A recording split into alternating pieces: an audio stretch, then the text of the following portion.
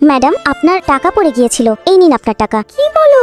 আরে আসলেই তো, সত্যি এগুলো আমার টাকা। তোমাকে ধন্যবাদ ম্যাডাম। এই তোদের মতো ফকিন্নি ইউটিউবারদের সঙ্গে একটু ভালোভাবে কথা বললে তোরা তো মানুষের মাথার উপর উঠে যাবে।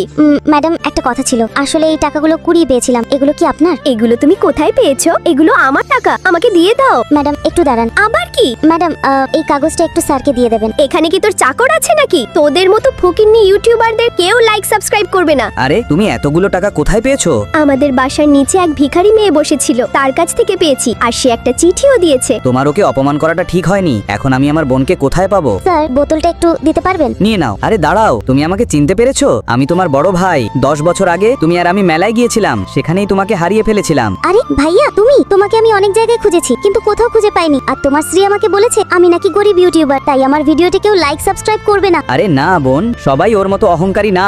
আজ সবাই আমাদের ভিডিওতে লাইক আর সাবস্ক্রাইব করবে উড়াধুরা। চলো বাসায় চলে যাই।